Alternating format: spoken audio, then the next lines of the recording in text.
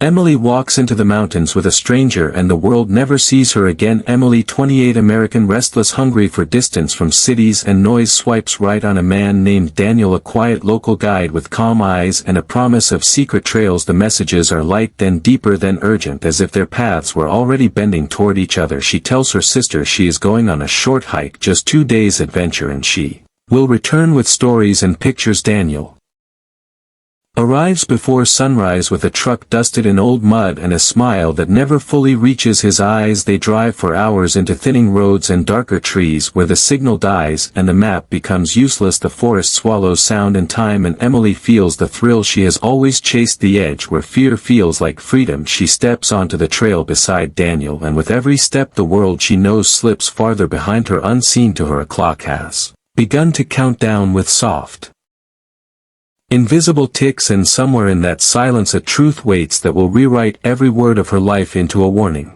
The mountain opens its jaws and they go inside. The trail narrows into a scar of dirt between towering trees, and the air grows heavy with damp breath and shadow. Daniel moves with practiced ease as if the forest speaks directly to his bones. Emily struggles at first, then finds her rhythm, trusting his pace, trusting his directions, trusting the calm way he warns her of loose rocks and sudden drops. They share pieces of their lives. She talks of long flights and lonely cities. He speaks vaguely of work and wandering, of years spent guiding strangers who all leave eventually. The deeper they go, the more her phone becomes a dead weight, blank screen, cold promise of no help. She laughs it off, but a quiet unease settles into her chest like a stone. They reach a remote clearing by a river as daylight fades, and Daniel suggests camping. Emily agrees, though she does not remember agreeing later. That night the forest speaks in unfamiliar tongues, wind like whispers, water like distant breathing, and in the dark she wakes to see Daniel sitting awake watching the trees as if waiting for something to arrive.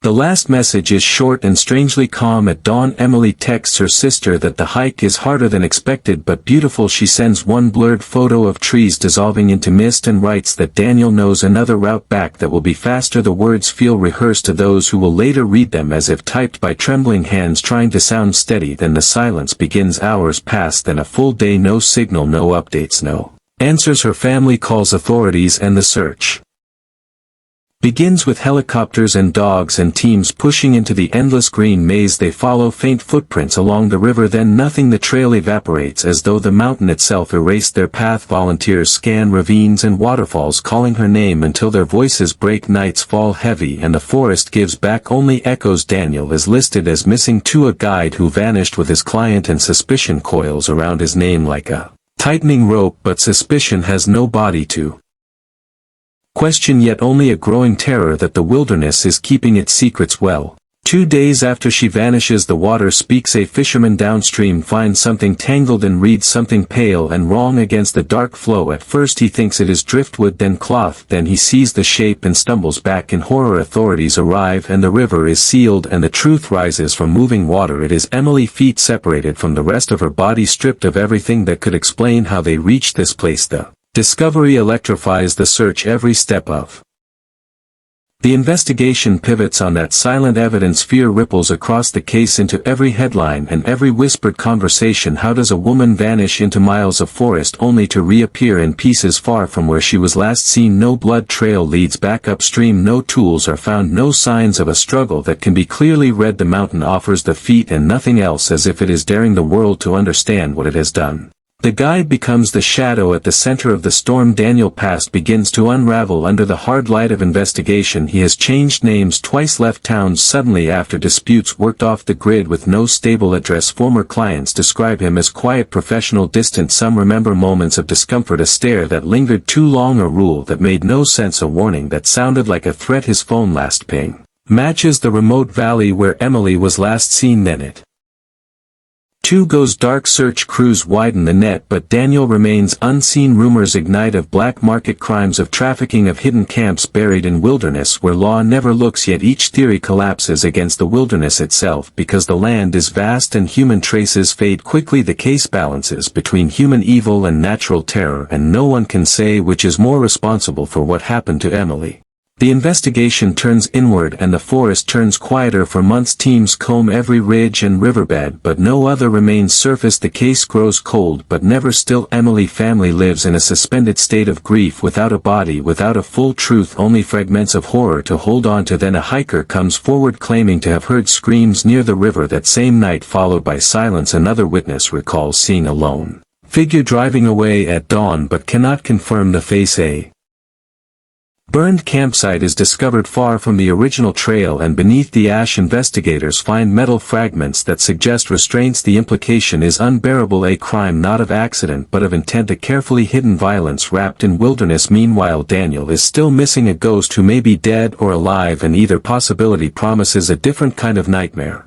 The final truth arrives not with answers but with a shattering revelation. A year later, hikers stumble upon human remains deep in a limestone crevice miles from the original site. DNA reveals they belong to Daniel, not Emily. His body shows signs of a brutal fall but also evidence of prior injury, a struggle before death. The official conclusion forms slowly and reluctantly: Emily attempted to escape Daniel after discovering his violent intent. During the night there was a chase, there was a fight at the river edge, and in that chaos both fell into forces larger than themselves. Emily was carried by water to tragedy, Daniel by gravity to silence. But the last twist emerges from forensic reconstruction. Emily injuries reveal patterns inconsistent with a simple fight. She fought more than one person. The mountains did not keep just one secret, they kept a network of shadows passing through the forest unseen, and somewhere out there someone who knows exactly what happened is still walking free.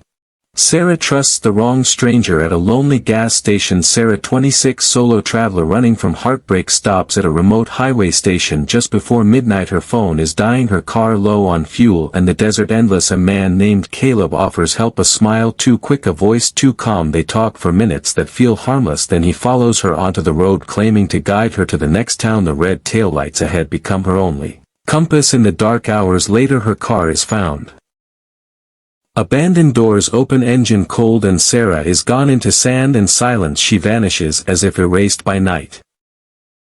The desert holds its breath for 3 days. Search teams sweep dunes and abandoned structures, finding only her scarf caught on a fence like a last goodbye. Witnesses report a similar truck seen circling the area, but no plates, no face, no name. Just as hope thins, a hiker discovers a shallow grave beneath cracked earth. Sarah is inside, barely recognizable, but the injuries show restraint, not accident. The desert did not take her, someone did. The final twist emerges from a camera. No one checked. Caleb is traced through security footage at the gas station, but the man who left with Sarah is not the man seen entering the shop 2 days later wearing the same clothes. The real Caleb had reported his truck stolen that same night. Someone had been using his identity. His face was never the face she trusted, and the predator is still out there wearing borrowed names. Lena vanishes after a midnight delivery. Lena, 29, rides for a food app saving for her wedding. Her last order leads her to a high-rise under construction floors, dark elevators, silent. She sends a text saying the customer asked her to come upstairs, then nothing. Her scooter is found still running at the curb, the food still warm on the seat. The city swallows her in seconds. The building becomes a maze of lies. Every worker is questioned, every camera checked, but one floor camera mysteriously malfunctions for exactly 7 minutes. The customer account is fake, paid through layered digital wallets. No fingerprints, no witnesses, only a scream reported by a guard who thought it was machinery. Weeks later, construction workers uncover human remains sealed inside a concrete column. Lena had been entombed while the building grew around her.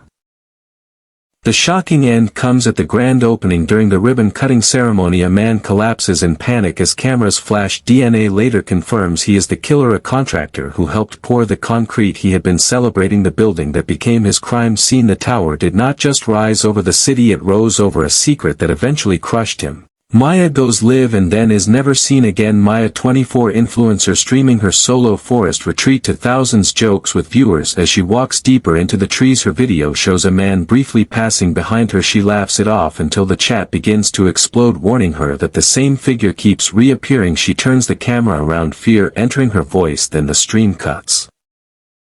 The internet becomes the search party. Viewers analyze frames, slow motion shadows, direction of the sun. Authorities follow digital footprints to a remote trail and find her camera smashed, but no Maya. Days later her backpack appears at a river bend, neatly placed as if staged. The man in the video is identified as a drifter with past violence, but he denies everything and vanishes before arrest.